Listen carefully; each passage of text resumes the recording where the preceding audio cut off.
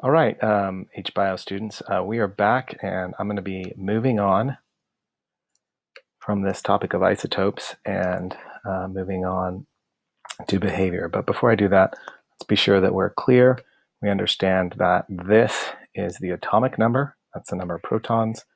This is the atomic mass, that's the number of protons plus neutrons. So from there, we're going to go on and we're going to look at, if I can figure out how to move this along here, we're going to look at the behavior of an atom. So that's going to be a number of electrons.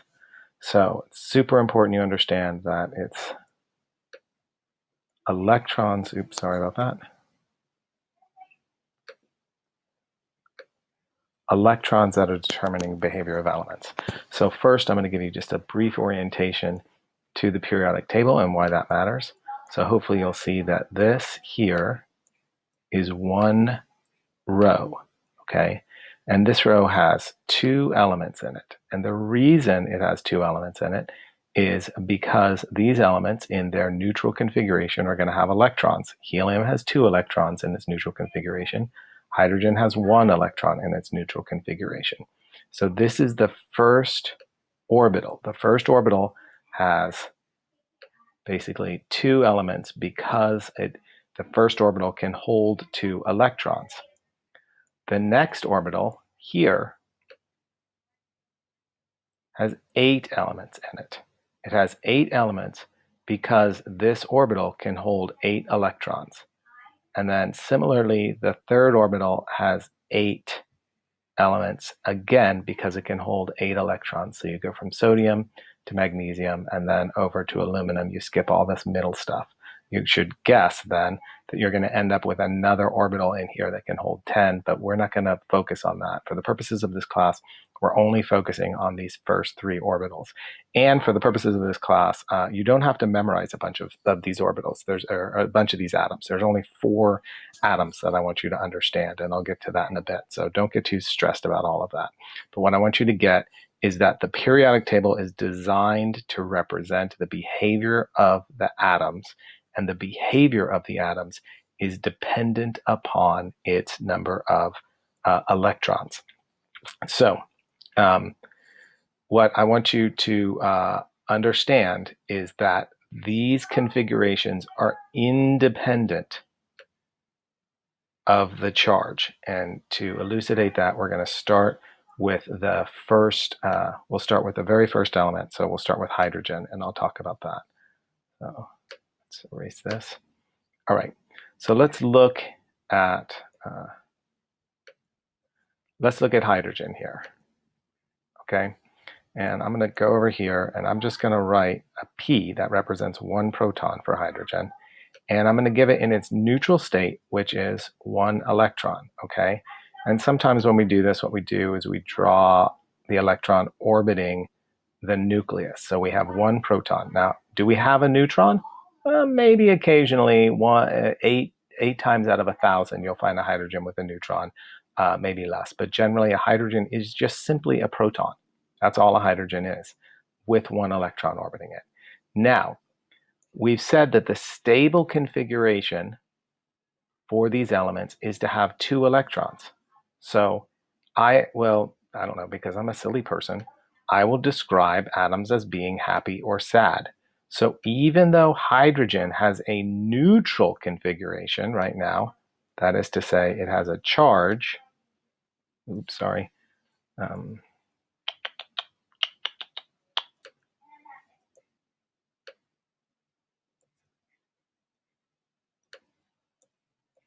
has a charge,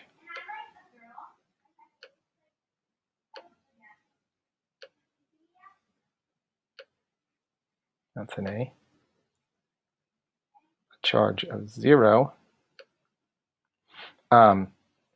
it is sad, okay? Why is it sad? Because it has 1 electron. And hydrogen in this first group is going to want 2 electrons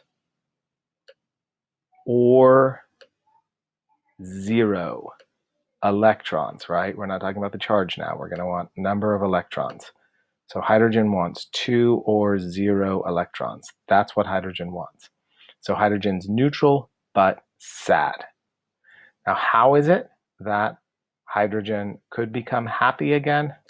Well, electrons are just floating around. They're out there in the ether, not really in the ether, but they're floating around. And hydrogen, let's just say now, could actually, here it is walking around. That's a big electron. It's all sad and it's like, hey, it sees an extra electron floating around. It's like, oh, and now hydrogen picks up an extra electron and it becomes happy. This hydrogen has 2 electrons and 1 proton. So even though it's happy, it has a charge, and so we'd write it like this, of -1. That's an H. So the hydrogen has a charge of -1, but it's happy. Similarly, you could have a hydrogen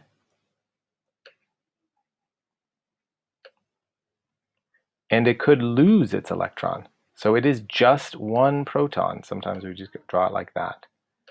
And that equals a hydrogen with a charge of +1. And again, this hydrogen is going to be happy because now it has 0 electrons. So it's reached the configuration of electrons, which are none or 2 over here, or you can think of it as being all the way up here with no electrons, right? In both of those cases, you have a happy atom, okay? So if that's the case, my question to you is, what's going on with lithium? Sorry, let's start with helium. What's going on with helium? Is helium going to be happy in its neutral state, or is it not going to be happy in its neutral state? You can answer that. I think I'll put that in the Edpuzzle. And then now we'll move on to lithium. Lithium, I hope you see, has 3 protons. Well, what we said already is we either want 2 or 8. So lithium is going to be a 2 or 8 to make it happy. Well, in order for it to get 8, right, it's going to have to pick up 7 more electrons. That is not going to happen. So the much easier thing for lithium to do would be to go back to this helium configuration by losing 1 electron. And so what you'll see up here is you see a +1, which means that lithium, 3 protons, is almost always going to be found in nature. When you go around lithium, you hang out, hey lithium, how's the wife and kids? You're going to see it as Li positive. So Li +1. And if it's just a plus, you can assume it's +1. This is what lithium is almost always going to be found as, because that's going to give it the stable configuration. Okay? One more. And we'll look at, let's change our color a little, getting bored. Let's look at fluorine. Okay? Well, fluorine, you see, has 1, 2, so it has what's called a first valence shell filled. So let me go over this first.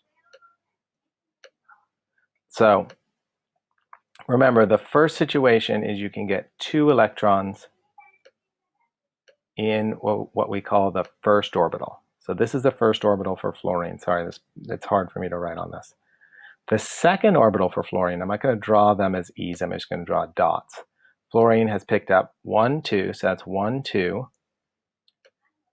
3, 4, 3, 4, 5, 6, 5, 6, 7 electrons. Okay, now I'm going to draw the orbital circle around these. That's not a very beautiful orbital circle, sorry. But we have 7 electrons now. So what does fluorine need in order to be happy? Well, it needs to have 8 electrons in its orbital, right? So it has 2 in the first orbital, these 2 are over here, and then it has 7 in the second orbital, right? So I'll write 2 here, 7 here. And it just needs one more electron right there in order to be happy. So fluorine is, in almost all situations, going to pick up another electron. And when you walk around the street and you bump into a fluorine, you're going to see it as a negative fluorine. So Fl negative, that is to say with 9 protons and 10 electrons. So this is the stable state for an atom of fluorine, is this neutral state here. So everything I've described so far is called, well, these are called ions.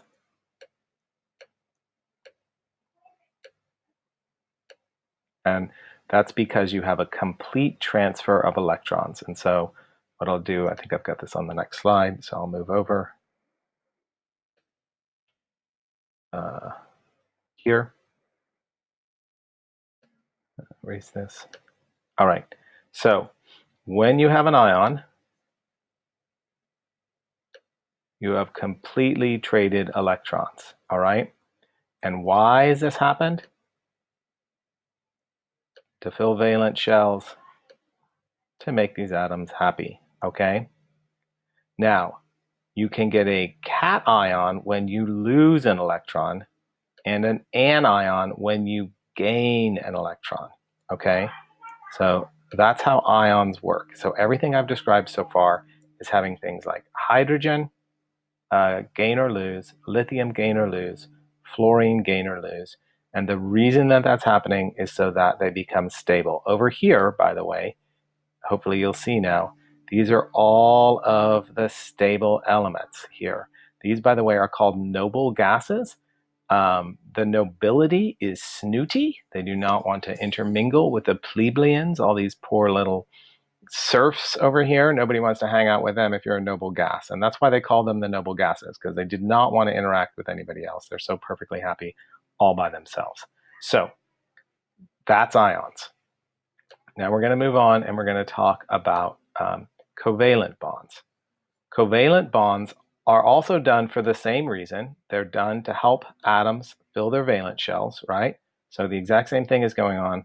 But in a covalent shell, in a covalent bond, you're not going to be able to keep the atom, okay? So this happens oftentimes when you would have to gain or lose too many electrons to make it possible. So let's just look at carbon, which is the classic example. For carbon to reach its stable electron configuration, it would have to take up 1 electron here. That would give it the electron configuration of nitrogen. 2, 3, 4, right? So it would have to take up 4 electrons, or alternately, it would have to lose 1, 2, 3, and then to come over here, it would have to lose 4. So carbon would either have to gain 4 or lose 4. Now, what I want you to remember is every time carbon gains or loses an electron, let's say it gains an electron, every time carbon gains an electron, it's going to become negative, right? So carbon would have a -1 charge here, it would have a -2 charge here, it would have a -3 charge here. So you may remember that if you have a negative charge or something that's negative, the same charge is going to be repelled by it. So if you have an electron or something that's negative, electrons are not going to want to be attracted to something that has more electrons. They're going to be repulsed by it. So it becomes exponentially harder to jam more electrons into carbon, which means that it cannot happen in everything that we're dealing with in biology. You cannot have carbon that's an ion, because it would take way too much energy, it'd be too reactive, it would blow up in your body and bad things would happen. So for the elements that are in the middle of the periodic table, and that's these 3 in particular that we're talking about, carbon, nitrogen, and oxygen, they are not ions. They are in covalent bonds. And so now I'll describe covalent bonds. I'm going to go back to this image so we can write a little bit. And I guess I'll try to do it with carbon. So if we're going to write carbon here, I'll put a C, and then just to remind us, we have 6, right? So that's the atomic number of carbon, which means it has 6 protons. So what we're going to do is we're going to start by drawing, and I'm just putting dots here, and I'll make the dots a different color. Let's make them nice fuchsia color. We're going to put the dots for electrons. So there's 1 electron there, 1 electron there, 1 there, 1 there. This is the first orbital for carbon. Okay, I'm not going to draw the circles because it's going to get too ugly. Then I'll draw the second orbital. So that's 1. Then we have 1, 2, 3, 4, 5, 6, 7, 8. All right. So in order for these, in order for the carbons to be happy, they're going to have 8 electrons in their valence shell, but they only have 4 in their valence shell right now. So the way that they're going to do this is they're going to share 1, 2 there, and then let's put another carbon over here.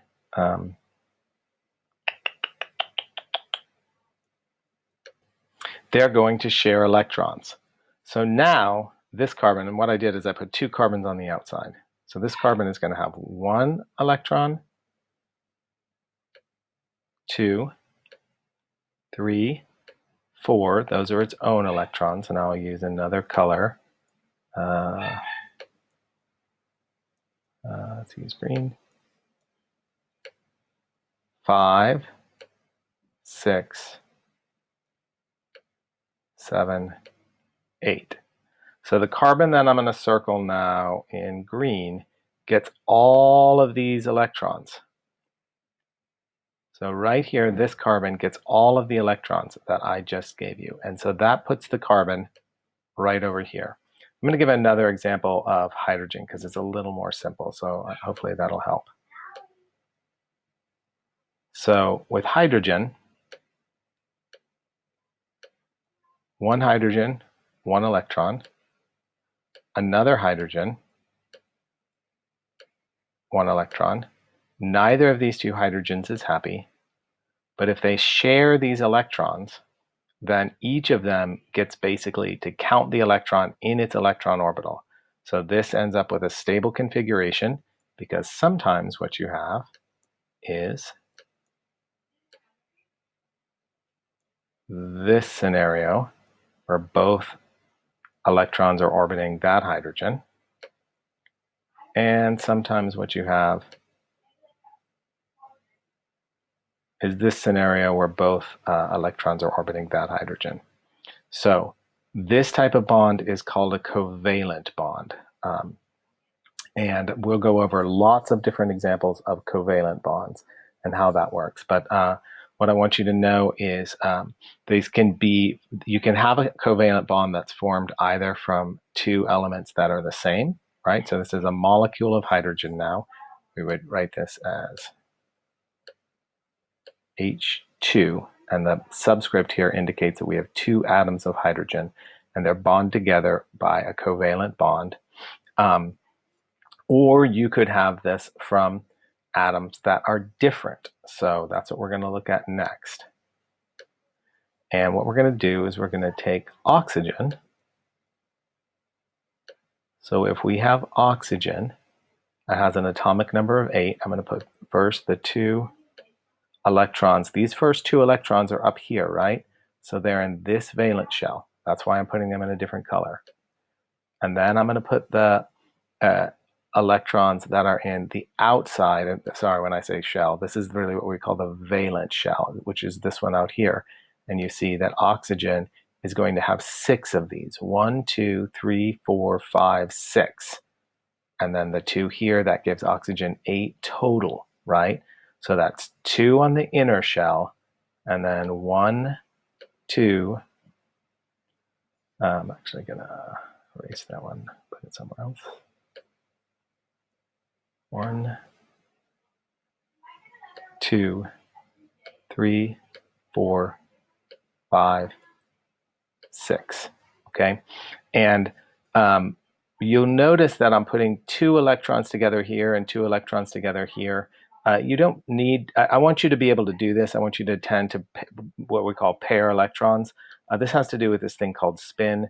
You don't have to know anything about spin except that I want you to pair your electrons that way, okay? So now I'm going to draw the ring over here, so in a different color so that we can see it, okay? And so oxygen right now is sad, right? Because it only has 6 electrons in its outer ring and it wants 2 more electrons in its outer ring. Well, oxygen doesn't exist in a vacuum, but that's a little pun. Oxygen could also be around some other elements. So why don't we, let's get a different color, the green.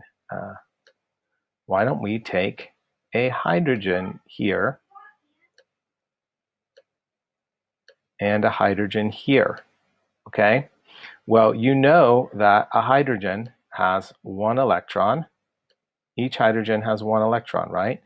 And that is, I'll use blue again for the orbital.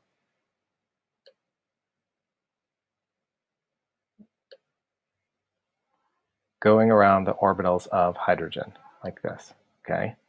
Well, oxygen can form a covalent bond with these hydrogens, which we are representing by drawing these lines right now, okay? And what that means is that this red electron sometimes is hanging out over here, and the green electron is sometimes hanging out over here. And so the configuration, the electron configuration of hydrogen is stable because it's 2, because it gets this electron and this electron. It's like some weird tax thing. They both get accounted. And oxygen's electron configuration is stable because it gets 1, 2, 3, 4, 5, 6, 7, 8 electrons now. I think I'll just number those to be sure that you've got what these are. So these are the electrons for oxygen. 1, 2, 3, 4, 5, 6, 7, 8. That's a 7. All right. 7, 8. Those are oxygen's electrons.